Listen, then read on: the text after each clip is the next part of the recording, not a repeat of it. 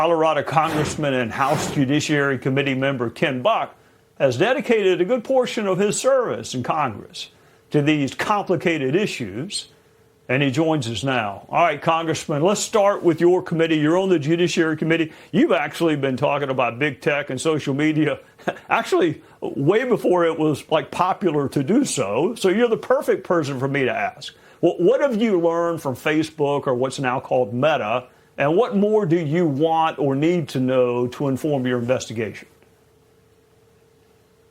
Well, Trey, first of all, we learned a lot about censorship from Meta, Amazon, Apple, Google. We learned that they are run by a group of liberals, wokesters from California. We learned that opinion informs their decisions on what is reasonable and what is unreasonable.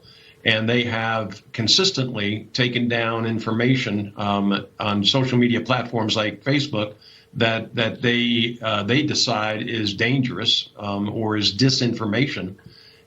We've seen that, but even more, we've seen instances where they take down videos and other material from very respected conservative thinkers because it disagrees with their views on social issues and other issues.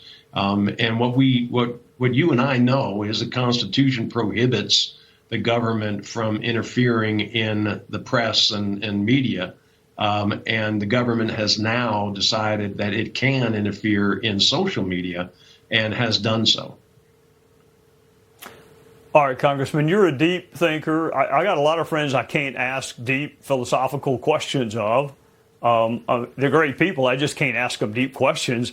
You're actually somebody I can ask. So I'm pretty sure you went to Princeton, and I'm pretty sure that you were on the football team. If I were to say on social media that, God forbid, you went to Cornell and played water polo, that is not true.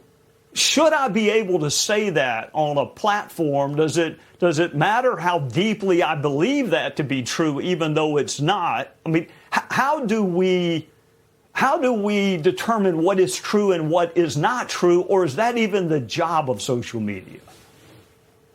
Trey, if we looked at the things that were said about Abraham Lincoln when he ran for president and when he served as president, people in this country would be astounded, and they would get off of this disinformation high horse and understand that the answer, and the Supreme Court has said this, the answer to lies, to misinformation, to disinformation is more truth. It's not to try to suppress or censor these statements. No, I did not play water polo at Cornell, but if someone said that I did, that's okay. I have, especially as an elected official, I'm going to take more incoming and more lies, but I also have a platform to try to get my version of the facts, the truth out there.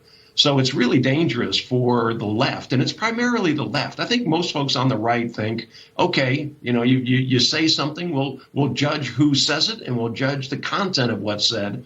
But the folks on the left are really embracing this idea that disinformation has to be taken off of social media because it's dangerous. And to take those down and not allow Americans to engage in the discourse that's necessary to get to the right answer is just offensive to our form of government.